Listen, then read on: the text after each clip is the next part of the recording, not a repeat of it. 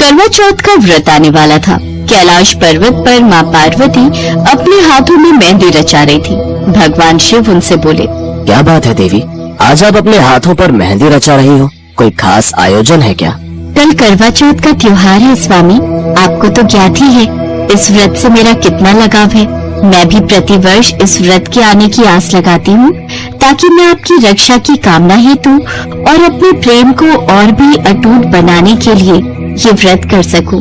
देवी, आप तो मेरी शक्ति है। आपके और मेरे प्रेम का तो जन्मों जन्मों का संबंध है। आपकी भक्ति मेरे हृदय को छू जाती है। देवी, आपकी भक्ति प्रेरणादायक है जो पृथ्वी पर प्रत्येक सुहागिन स्त्री का अपने पति के लिए प्रेम और समर्पण का प्रतीक है। स्वामी, मैं चाहती हूँ इस बार मैं इस व्रत को पृथ्वी लोक पर करूँ। मेरी बहुत इच्छा है कि मैं भी मनुष्य रूप में सभी स्त्रियों के साथ इस व्रत की पूजा करूँ। जैसी आपकी इच्छा देवी पार्वती। यदि आपकी पृथ्वी लोक पर यह व्रत मनाने की इच्छा है तो आपको पृथ्वी लोक पर अवश्य जाना चाहिए। ठीक है स्वामी, तो फिर मैं तैयार हो जाती हूँ। कल प्रातः ही मैं धरती लोक पर करवा चौथ का व्रत मनाने के लिए चली जाऊंगी। अगले दिन सुबह ही माँ पार्वती एक बहुत सुंदर स्त्री का रूप धारण कर लेती हैं और धरती लोक पर एक गांव में पहुंचती हैं। वहां पर करवा चौथ की बहुत चहल पहल थी। हर स्त्री ने 16 श्रृंगार किए हुए थे। सुंदर साड़ी, हाथों में कांच की चूड़ियां, गले में मंगलसूत्र, पैरों में बिछुए पायल और तरह तरह के श्रृंगार।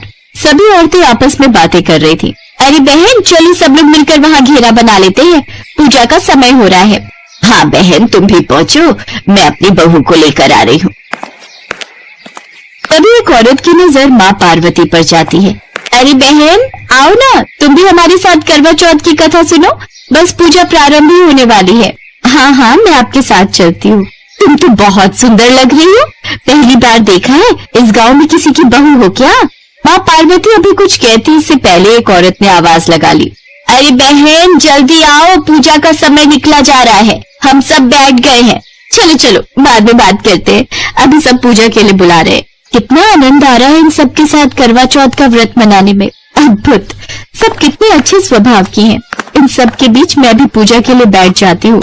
माँ पार्वती सबके साथ पूजा के लिए बैठ जाती हैं। सब मिलकर करवा चौथ की व्रत कथा और पूजन आरती करती हैं। सचमुच माँ पार्वती के आशीर्वाद से व्रत और पूजन बहुत अच्छे से हो गया। हे गौरी माता, हम सबके सुहाग की रक्षा करना। जय करवा माता की, जय गौरी मैया की। सब औरतें पूजा आरती करके घर जाने लगी, पर माँ पार्वती जैसे ही कैलाश के लिए लौटने लगी, अचानक उसी स्त्री ने उन्हें पुकारा।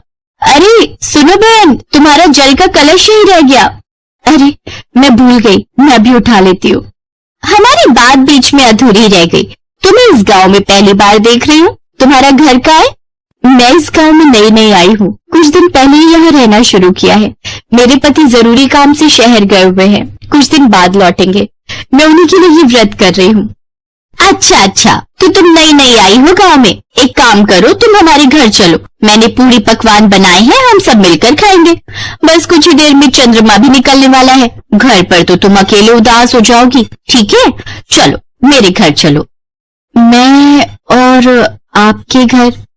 हाँ हाँ बहन, तो क्या हुआ, मेरे घर क्यों नहीं? मेरे घर को अपना ही घर समझो। त्योहार पर अकेले के लिए तुम क्या ही भोजन बनाओगी? मैंने तो बहुत कुछ बनाया हुआ है, मिलकर खाएंगे, अच्छा लगेगा। तुम्हारे पति भी शहर में है, वैसे कब आएंगे? दिवाली से पहले आ जाएंगे। उस औरत के इतने अच्छे स्वभाव को देखकर माँ पार्वती से रहा नहीं गया।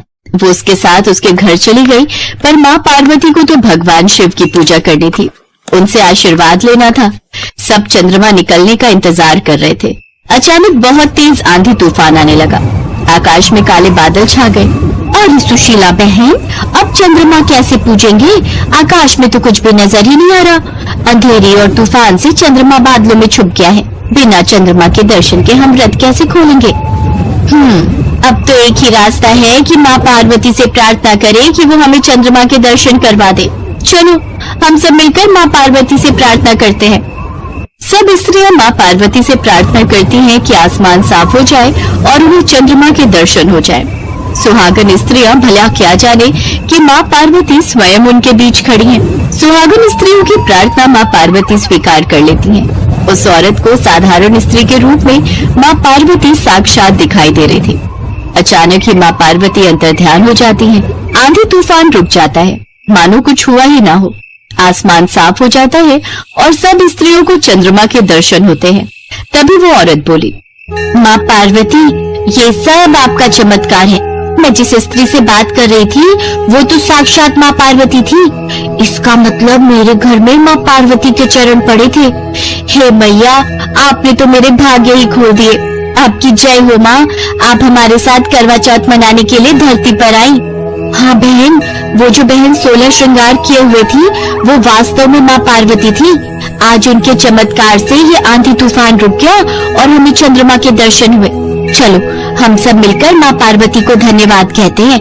ये तो हम सबका सौभाग्य है कि माँ पार्वती ने हम सबके साथ मिलकर करवा चौथ का व्रत और पूजन किया। उधर माँ पार्वती भी कैलाश पर्वत पर भगवान शिव की पूजा करती हैं और उनके हाथों से जल और भोजन ग्रहण करके अपने करवा चौथ के व्रत को पूर्ण कर। इस प्रकार की रोचक कहानियों को सुनने के लिए हमारे इस चैनल को लाइक, शेयर और सब्सक्राइब करें और हाँ, बेल आइकन जरूर दबाएं ताकि रोचक कहानियों का नोटिफिकेशन सबसे पहले आप तक पहुँचे। नमस्कार।